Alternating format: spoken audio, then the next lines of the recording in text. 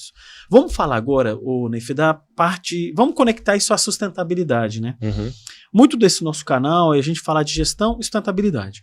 Gestão ferramental, né, ali para que você desenvolva a empresa, planeje, execute. Isso aqui tudo trabalhando, né, e você buscando uma certificação, no seu ponto de vista, como que isso contribui e colabora para toda essa jornada sustentável que a gente está discutindo, pela sustentabilidade? No seu ponto de vista, como que isso se encaixa? Legal. Bom, sustentabilidade, para começar, ele tem lá 3 pilares básicos, né? Econômico, social e ambiental, né? Perfeito. Ele vai mudando de siglas, vai mudando de nomes, mas basicamente a sustentabilidade é envolvida nesses 3 pilares. Praticamente todas as normas ISO, elas adentram a essas temáticas. Então, as normas, como eu falei anteriormente, elas promovem impactos sociais importantes, impactos positivos para a sociedade. Então, quando a gente está falando de certificação ISO 9001 e a gente linkou certificação ISO 9001, gestão da qualidade com competitividade, a gente está fortalecendo muito o pilar econômico dentro da estrutura. A gente fala de normas de governança, a estrutura econômica, empresarial, de governança corporativa. A gente está deixando organizações mais sustentáveis em relação ao seu próprio negócio. Isso acontece, linkando o que a gente falou, acontece muito com empresas públicas. Quando ela tem a certificação, gera muito mais governança dentro das empresas. Isso funciona muito bem. Existem normas específicas e que adentram melhor a parte de sustentabilidade. ISO 14001, linkado diretamente com o pilar ambiental.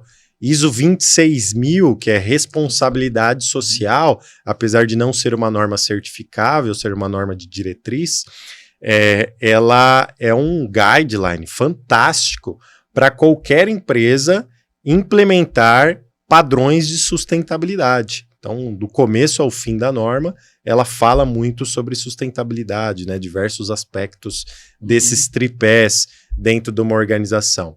Então, a gente tem lá na nossa academia, a gente tem até uma imersão de ESG, imersão presencial, e a gente aborda muito essas questões, né? As normas ISO como ferramentas para o desenvolvimento sustentável, para desenvolvimento do ESG dentro da organização. Então, a gente não precisa inventar a roda, a gente não precisa criar fórmulas mirabolantes, né? Não é o mercado financeiro que vai nos ensinar o que é ESG. O que é ESG já está contido nas normas ISO de sistemas de gestão. Cabe a gente abrir esse cardápio, que são hoje 88 normas ISO de sistemas de gestão. A gente abre esse cardápio enorme e vai escolhendo as normas ISO para endereçar esses problemas dentro da nossa organização. Dando um passinho um pouco mais para trás, a gente tem que entender a nossa empresa. Então, a gente tem que entender o que na área de sustentabilidade a gente fala, a gente tem que entender a materialidade, ou seja, quais são os principais temas dentro da empresa que eu preciso endereçar. Equidade, ou vou endereçar a parte ambiental, impactos ambientais, mudanças climáticas. Primeiro, o meu ramo de atividade, depois o contexto da minha organização. Eu tenho os principais temas que são caros para mim, como empresa, e os temas que são caros para a sociedade. Eu fiz essa intersecção na minha materialidade, então eu já sei o que eu preciso atacar de imediato. É o meu principal risco. Aí eu vou nas ferramentas ISO de sistemas de gestão, vou escolhendo, né? Claro que eu sou o maior interessado que todas as empresas se certifiquem, obviamente. Mas eu falo isso abertamente para todo mundo. Usem as normas ISO como ferramentas. Escolha a certificação depois, se você tiver a necessidade. Porque uma certificação, Ivo, ela existe para você atestar o que você implementou para partes interessadas. Se você não tem essa necessidade, não precisa certificar. Né? Você utiliza aquilo lá, utiliza as normas, trabalha em cima delas, e em um dado momento, você vai sentir essa necessidade para deixar tudo aquilo que você criou mais ativo. Porque, como você falou, então uma escolha voluntária de contratar um organismo de certificação para me auditar anualmente, o auditor ir lá, verificar se tudo está sendo feito. Para o empresário, você estava falando de você, né, da auditoria que vocês passam aí na SG4, olha que ferramenta poderosa para o empresário, né? Sim. Então, um investimento baixo, com um ROI alto, né, um retorno do investimento muito alto, que você consegue avaliar os seus processos por meio de uma empresa especializada nisso. Né? Então, se você fosse fazer qualquer processo, né, contratar uma Big Four para fazer isso, você ia gastar rios de dinheiro, com certeza. Mas hoje tem esse mecanismo das normas ISO de sistemas de gestão, que seu investimento vai ser muito mais baixo e você vai ter uma avaliação. Então, para o pequeno, médio empresário que ainda não conta com estrutura, não conta com esse budget de uma autoavaliação, uma autorregulação, não tem uma governança corporativa robusta, que são conselhos, comitês cobrando. Então, a ferramenta de certificação de normas ISO é fundamental. Perfeito. Porque, eu quero ver como que está a minha produção, né? Então, o empresário, ele pode até ter aquele perfil de estar mais na produção, mas ele não vai conseguir saber tudo, né?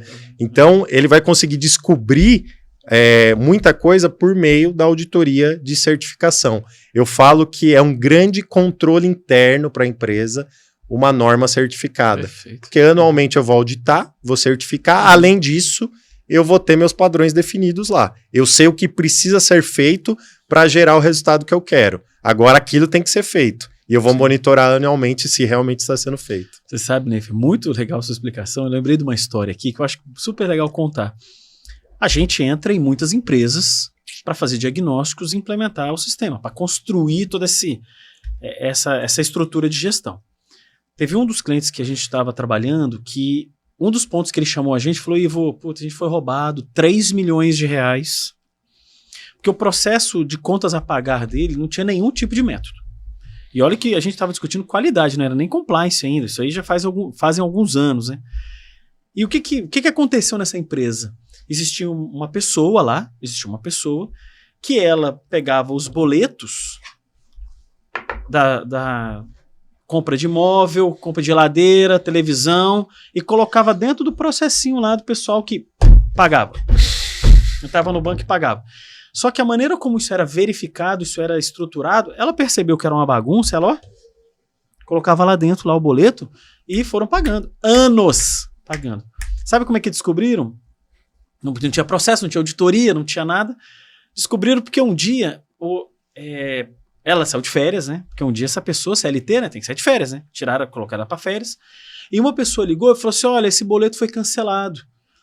E ligaram para ela tinha colocado o endereço, o telefone dela, a gente tem que mandar o boleto de novo. Acho que procuraram ela na casa dela, no acionário, aí alguém da casa, não, liga, ela tá no trabalho.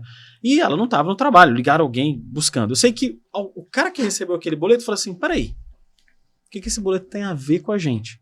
E aí ele levantou uma suspeita, chamou um outro gestor, falou, cara, olha só, isso aqui tá estranho, isso aqui... E falaram o nome